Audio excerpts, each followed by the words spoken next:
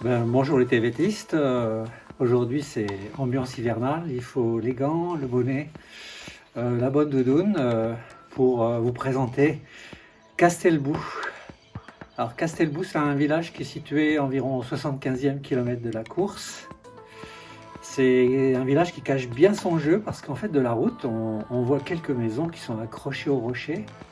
On ne peut pas deviner le réseau de ruelles, de petites maisons accrochées à la pente qui se cachent derrière et qui montent dans la pente dans un ravin avec d'anciennes terrasses. C'est vraiment un village splendide. Je pense qu'il mérite vraiment son statut de le village le plus beau des gorges du Tarn.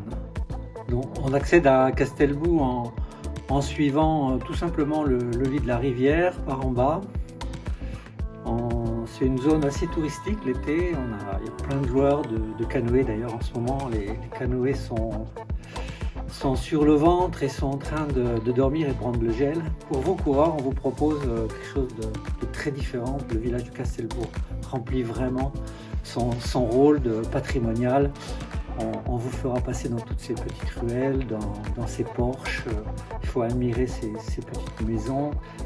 Pour moi, c'est assez majestueux parce que ça, avec de très peu de moyens à l'époque, on arrivait à faire des choses tout à fait remarquables. Et à partir de Castelbou, on attaque une nouvelle pente. C'est une des côtes qui permet de rejoindre le Causse-Méjean. Et elle a un côté assez surprenant parce que dès la sortie du village, à la dernière maison, il y a un petit panneau bleu et c'est marqué chemin du château.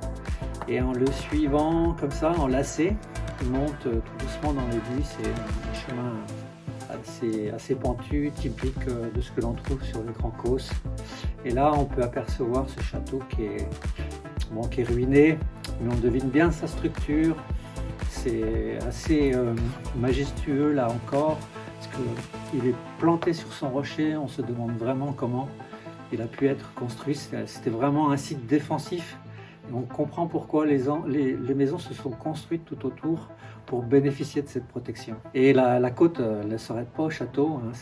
La côte, on prend 450 mètres de dénivelé pour monter sur le Causse-Méjean. Et là, vraiment, on s'imprègne vraiment des senteurs et puis voilà, du charme de ces forêts caussenardes.